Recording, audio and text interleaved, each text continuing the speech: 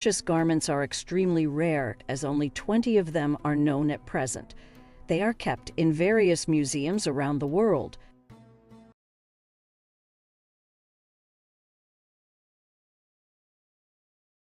The ancient Egyptians may have created some of the most mind-bogglingly complex and intricate monuments known to man, but when it came to clothing, they kept it remarkably simple. Ancient Egyptian traditional clothes were made from locally sourced materials and were surprisingly egalitarian, with women mostly wearing the same clothes as men. There were, however, exceptions, and the most elite members of Egyptian society showed remarkable style and fashion. For the ancient Egyptians, they kept their clothing to a bare minimum. Given the heat of Egypt, this was quite clever. In fact, if you were a child, you didn't wear any clothes for most of the year. For the adults, however, their clothes were made from locally sourced cotton or linen. Some farmers also made their clothes from the hides of their livestock. Clothing was most commonly made from linen, given the abundance of flax used to make linen, growing along the Nile. Linen is a light, breathable material that is comfortable to wear in intense heat. For the everyday lower-class Egyptians of the early dynastic period, 3150–2613 before Christ, and the Old Kingdom, 2613–2181 before Christ, men and women wore the exact same clothing. The depictions of men and women from this period show a knee-length white kilt-like garment held up by a belt. The rest of their bodies were left bare, although some people wore sandals made of straw. The wealthier men would wear the same clothing but made with even lighter linen. For wealthier women, however, clothing was a bit more complex. The upper-class women of the Old Kingdom wore long, straight dresses which covered their breasts. Much like the clothing of upper-class men, these dresses were made with lighter linens than that of the common people. These dresses were much more expensive to make than the kilts, too. These dresses were held in place with straps over the shoulders, and sometimes a sheer tunic was worn over them. Women also wore dresses made entirely of beads. Also common among both men and women in ancient Egypt was the use of makeup. Oils and perfumes, as well as eye and facial paints, were used to enhance the appearance of men and women of all social classes. The upper classes could, of course, afford better products. Eye paint in particular was extremely common. A pencil made of wood, ivory, or stone was used to apply kohl to the eyelids in order to emphasize their size or shape. Kohl was made from the mineral galena, which was found in the mountain regions of Sinai. It was then mixed with malachite and other minerals into oil or fat until it produced a paste or cream. This form of kohl was expensive to make and therefore only available to the upper classes, but the poorer people also had their own alternative form of kohl. It also had a medical purpose in that it helped protect the eyes from infections caused by sunlight, dust, or flies. Powdered green malachite was often brushed under the eyes as well, while a rouge color was applied to the face and lips through the use of red ochre. Wigs and jewelry were also a big part of ancient Egyptian traditional clothes. This was especially the case for upper-class people. Jewelry and wigs were used to show off their wealth, but also because they believed it made them more attractive to the gods. They wore rings, earrings, bracelets, decorated buttons, necklaces, neck collars, and pendants. This jewelry was often made from gold or precious stones. Lower-class people also managed to obtain jewelry, although it was usually made from colored pottery beads.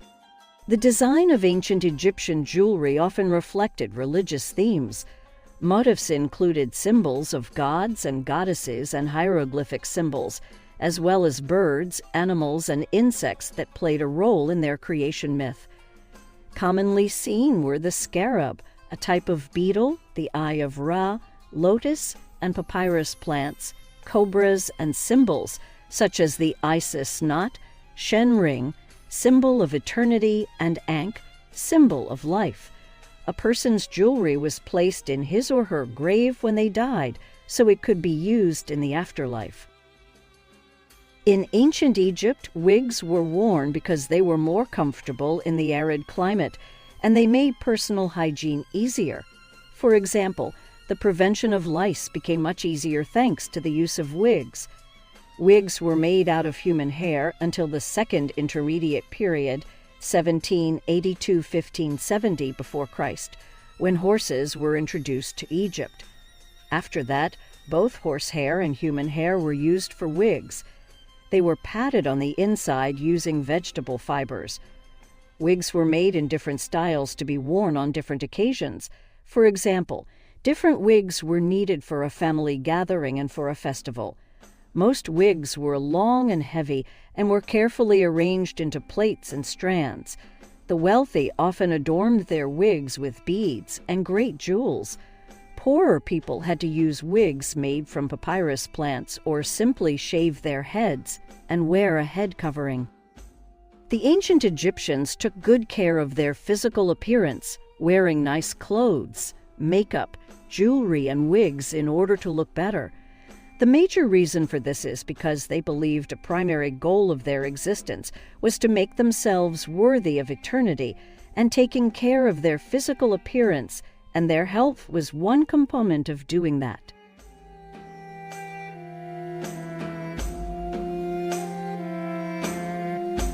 Has Queen Nefertiti's mummy, one of ancient Egypt's most celebrated New Kingdom rulers, finally been found? According to the world's most famous Egyptologist, the answer to this question is yes, and within a few short weeks, he expects DNA testing to confirm this assertion. Dr. Zahi Hawass, the former minister of Egyptian antiquities and the face of Egyptian archaeology in the eyes of the general public, was in Madrid earlier this month speaking at a conference organized in association with the ongoing Daughters of the Nile exhibition at the Palacio de las Alhajas.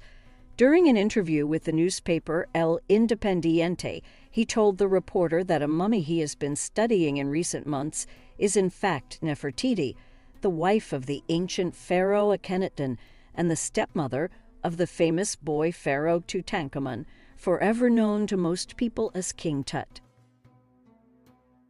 Nefertiti's mummy, genetics will deliver the final verdict.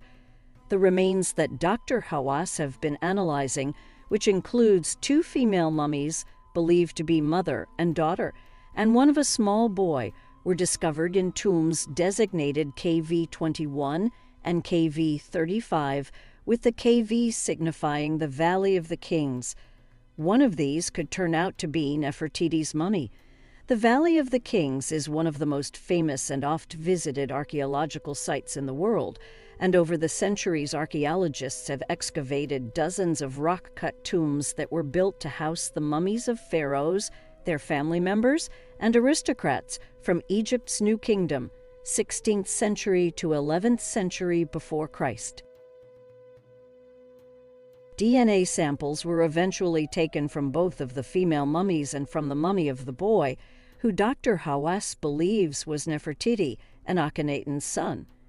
These results of the subsequent DNA testing can be cross-referenced with DNA test results from a mummy known to have belonged to Akhenaten, which should allow all relevant family connections to be traced. For his part, Dr. Hawass is already certain of what the tests will reveal. In October, we will be able to announce the discovery of the mummy of Ankhesenamun, Tutankhamun's wife, and her mother, Nefertiti. Prof. Hawass told the El Independiente reporter, "I am sure that I will reveal which of the 2 unnamed mummies could be Nefertiti." Ankhesenamun was the daughter of Pharaoh Akhenaten and Queen Nefertiti, while Tutankhamun was the son of Akhenaten and one of his own sisters. The marriage that united Nefertiti's daughter with her stepson took place when the boy king was 8 and his half-sister 13, but was necessary according to Egyptian customs at the time. Like many Egyptologists, Dr. Hawass has been looking for the lost tomb of the great queen for a long time. If his quest has indeed met with success, it would represent the fulfillment of his career, as the 75-year-old Hawass freely admits. Who was Queen Nefertiti?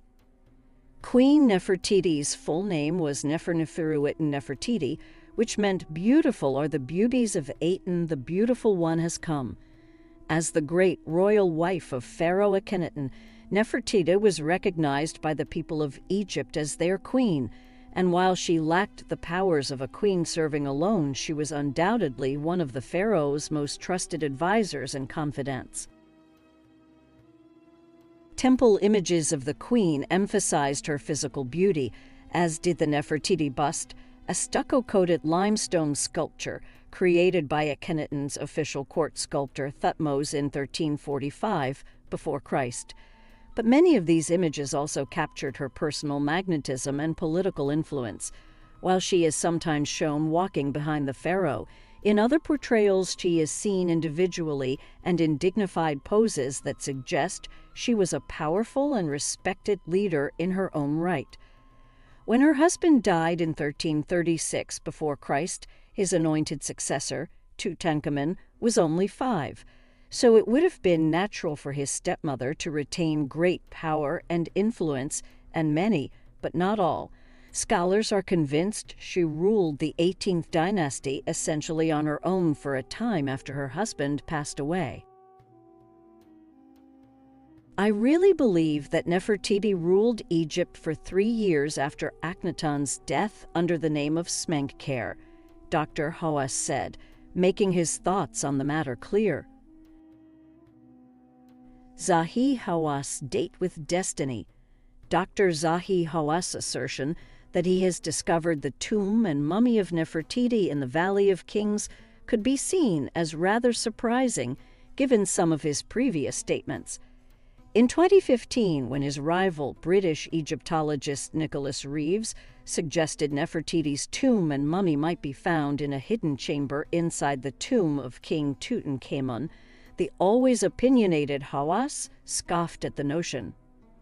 Nefertiti will never be buried in the Valley of the Kings, he confidently stated in an interview with the international media. The lady was worshipping Aten with Akhenaten for years. The priests would never allow her to be buried in the Valley of the Kings. Fast forwarding just 7 years, Dr. Hawass is now singing a completely different tune. He is counting on DNA tests to confirm that one of the mummies he's been studying in the Valley of Kings is that of the long-lost Egyptian queen, and he is completely confident he will get the result he is seeking. But regardless of what the tests show, giving up will not be an option. If Dr. Hawass' hopes are dashed, he will undoubtedly continue searching for Nefertiti's mummy in the Valley of Kings and elsewhere, as confident as ever that he is one day destined to discover the true location of the tomb of Egypt's most celebrated ancient queen.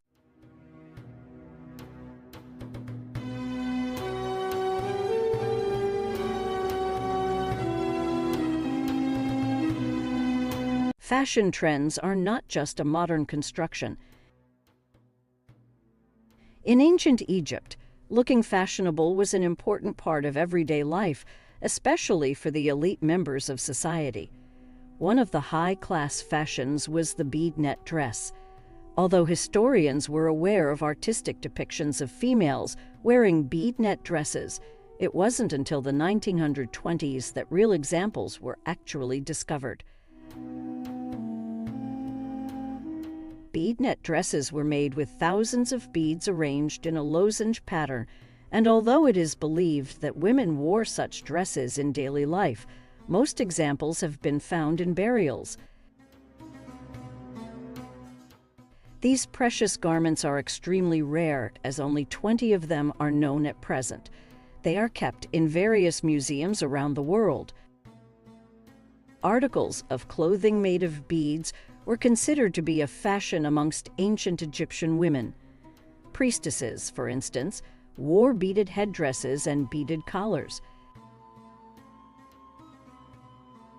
Upper-class women also wore nets of faience beads across the middle third of their tunics for festive occasions. For poorer women, they had to be content with a string of beads around their waists. Unlike these bead collars and bead strings, bead dresses are not so much accessories as they are pieces of clothing in their own right. The ancient Egyptians were very fashion-conscious people. They were obsessed with dressing well, choosing pretty hairstyles, and carefully adorning their bodies, as it showed how wealthy they were and what their position was in society.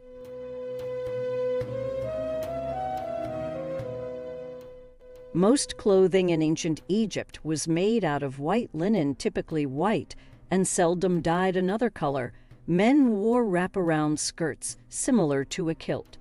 The length of the skirt varied from one person to another. Sometimes it was short and above the knee. At other times, the skirt was longer and went near the ankles. Women typically wore a long wraparound dress that went down to their ankles. Dresses varied in style and may or may not have sleeves. Sometimes beads or feathers were used to decorate dresses. The ancient Egyptians were artistic champions, carving countless statues that showcased the society's pharaohs, religious figures, and wealthy citizens. But though these statues depicted different people or beings, many of them share a commonality: broken noses. This broken nose epidemic is so pervasive, it makes you wonder whether these busted sniffers were the result of haphazard accidents or whether something more sinister was afoot. It turns out the answer is, in most cases, the latter. These statues have broken noses because many ancient Egyptians believed that statues had a life force. And if an opposing power came across a statue it wanted to disable, the best way to do that was to break off the statue's nose, said Adela Oppenheim, a curator in the Department of Egyptian Art at the Metropolitan Museum of Art in New York City. Granted, the ancient Egyptians didn't actually think that statues, even with their life force, could get up and move around, given that they were made out of stone, metal, or wood. Nor did the Egyptians think that the statues were literally breathing. They knew that they weren't inhaling air. They could see that, Oppenheim told Live Science. On the other hand, the statues have a life force, and a life force comes through the nose. That's how you breathe. It was common to perform ceremonies on statues, including the opening of the mouth ritual, in which the statue was anointed with oils and had different objects held up to it, which were believed to enliven it, Oppenheim said. This ritual gave the statue a kind of life and power, Oppenheim said. The belief that statues had a life force was so widespread that it spurred antagonists to extinguish that force when the need arose. For example, people taking apart, repurposing, robbing or desecrating temples, tombs, and other sacred sites would have likely believed that statues had life forces that could in some way harm intruders.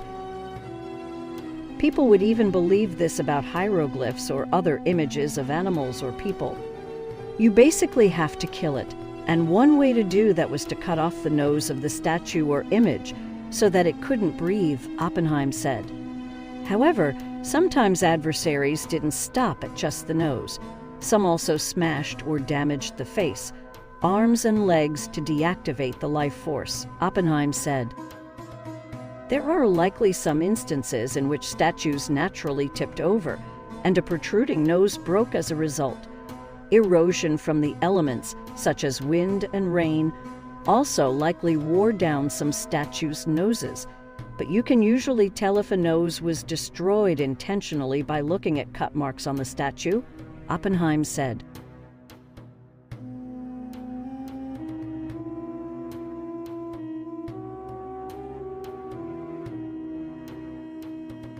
The shaft tomb of the ancient Egyptian dignitary Wahber Meri Neith, who commanded foreign soldiers in Egypt, that was uncovered by a Czech archaeological mission from Charles University, in Abusir near Saqqara has shed light on globalization in the ancient world. The tomb, which was uncovered during the spring excavation season that ended in June, dates to between the late 26th and early 27th dynasties, around 500 BC. Mustafa Waziri, Secretary General of the Supreme Council of Antiquities, said that the main shaft tomb of Wahebur Neith is 6 meters deep, and it measures approximately 14 by 14 meters and is divided into several parts, separated by bridges made of the original bedrock. Another smaller but deeper shaft that was used for the burial was dug into the bedrock in the center of the main shaft. It is orientated east-west and measures approximately 6.5 by 3.3 meters. The layout of this shaft tomb has no exact parallel in ancient Egypt, although it partly resembles the structure of the nearby tomb of Ujjaharesnet and the so-called Campbell's tomb in Giza, he added. Miroslav Barda, head of the Czech mission, explained that at the bottom of this central burial shaft, at a depth of about 16 meters, a double sarcophagus was found, partly damaged, on a filling of sand. The outer sarcophagus of Wahebur Neith was made of 2 massive blocks of white limestone with an inner anthropoid sarcophagus embedded within.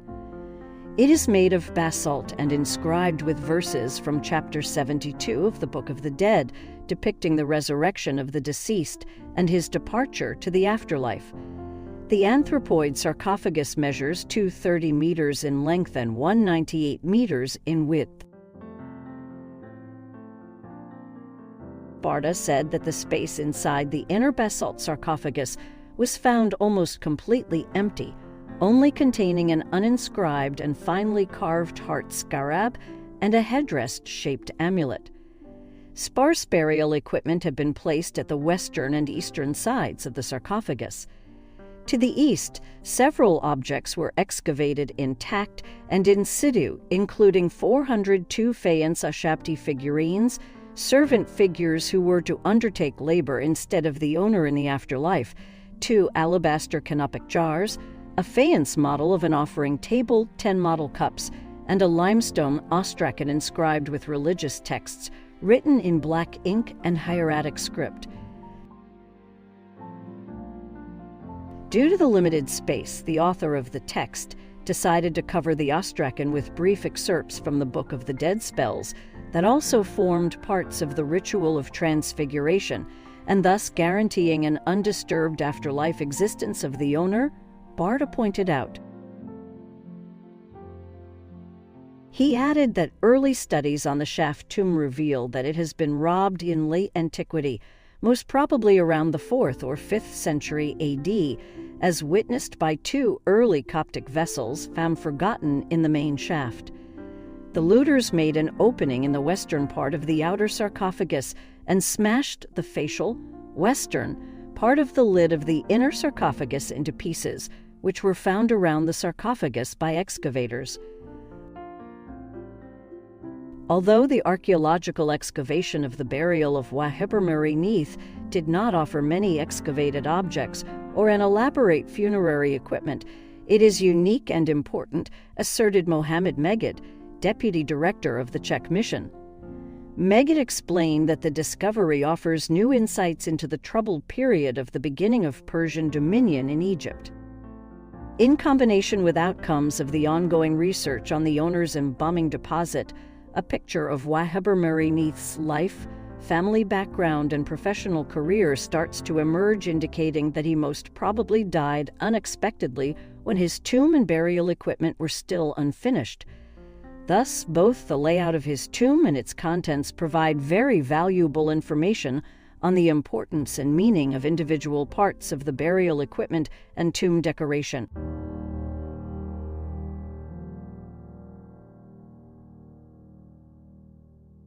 The Mystery of Egyptian Tomb KV 55 in the Valley of the Kings. In 1907, a mysterious tomb was discovered in Egypt. Known as KV-55, the tomb contained a variety of artifacts and a single body. Identification of the body has been complicated by the fact that the artifacts appear to belong to several different individuals. It has been speculated that the tomb was created in a hurry and that the individual buried there had been previously laid to rest elsewhere, with many different possibilities for the identity of the mummy, ranging from Queen Tiye, Akhenaten's mother, to King Smenkhare. Researchers who set out to identify the mummy were presented with a puzzling challenge.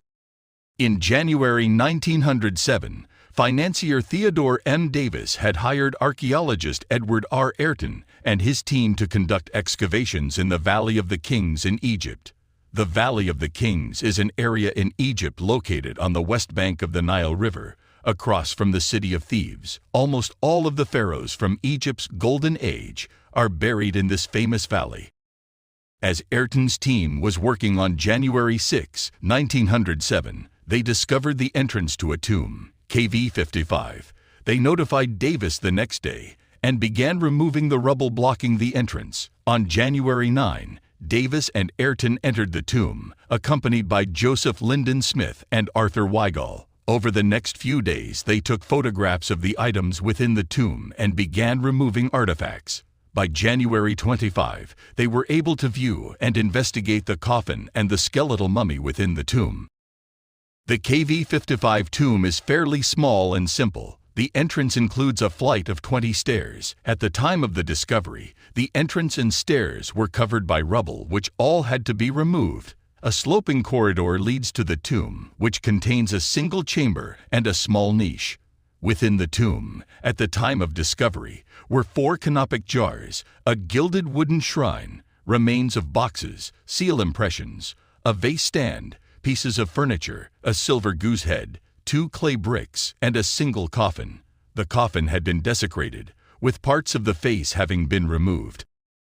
Overall, the physical appearance of the tomb is unremarkable. However, the contents became more puzzling and mysterious as they were examined, as each piece appeared to be connected to different individuals. This made efforts to identify the remains within the tomb more difficult. According to some researchers, the presence of this variety of items indicates that whoever was entombed here was done so in a hurry, or possibly the individual was buried somewhere else and then relocated to KV-55 at a later date. While identifying the remains in the tomb has been challenging, there are many clues in the items found within the tomb. Many of these items have been linked to King Akhenaten. The 4 canopic jars within the tomb were all empty. They contained effigies of 4 women, believed to be the daughters of Akhenaten, and may have been created for Kia, one of Akhenaten's wives. The gilded shrine appeared to have been created for Akhenaten's mother, Queen Tiye, and Akhenaten's name was on the 2 clay bricks. Davis' first impression, after in situ examinations were conducted by physicians, was that the remains belonged to Queen Tiye. Evidence that the remains were female included the positioning of the arms, post-mortem damage to the pelvis, and lack of male genitalia. Later it was proposed that the coffin could have belonged to Nefertiti, Meketaten, or Meritaten. Eventually, it was agreed that the coffin was initially created for Kia. However, upon further study and tests of the remains, researchers concluded that the individual buried within the tomb was, in fact, male. Even after it was determined that the remains were those of a male, there remained questions as to who he was and how old he was when he died. Scientific testing revealed that he may have been closely related to King Tutankhamun, who is believed to have been Akhenaten's son. Another theory was that the remains belonged to Smenkhare, who may have been Akhenaten's successor. The remains were first estimated to belong to a man who died around the age of 25, but it was later determined he would have been closer to 20 at the time of death. Anatomist Grafton Elliott Smith suggested that the man may have suffered from a condition that would have delayed maturation of his skeleton, known as Frolicki's syndrome, in addition to chronic hydrocephalus. However, later examinations showed no abnormalities in the skull or skeleton. While the skull's shape was unusual, it was not abnormal. In February 2010, further testing of the remains was conducted, with the age established at approximately 35 years at the time of death. Through scientific studies, researchers were able to make various connections to determine the gender, age, and identity of the mummy located in KV 55. Those who created and later altered the tomb certainly did not make that easy. As of February 2010, scientists declared with near certainty that the skeletal remains in KV 55 are in fact Akhenaten himself, the son of Amenhotep III and the father of King Tutankhamun. This determination was made more than 100 years after the tomb was discovered. For now, the almost certain determination that the mummified remains belong to Akhenaten are the conclusion to this mysterious find. Attempts have been made to recreate the circumstances that led to this mysterious, hasty burial. It is possible that Queen Tai upset Amenhotep III's burial plans when she outlived him by 12 years. Akhenaten, originally named Amenhotep IV, was one of the most radical pharaohs of Egypt. The father of Tutankhamun was a revolutionary who was noted for abandoning traditional Egyptian polytheism and introducing the first monotheistic religion centered on the one true god of Aten, the sun disk. So it is also possible that Akhenaten's later reputation as heretic king led workmen to hastily remove other sarcophagi, such as Queen Tai's, from Akhenaten's presence, leaving him alone in the damaged tomb. Although we can be confident that the remains belong to Akhenaten, we may never know the exact circumstances that led to the presence of his isolated remains in this mysterious tomb.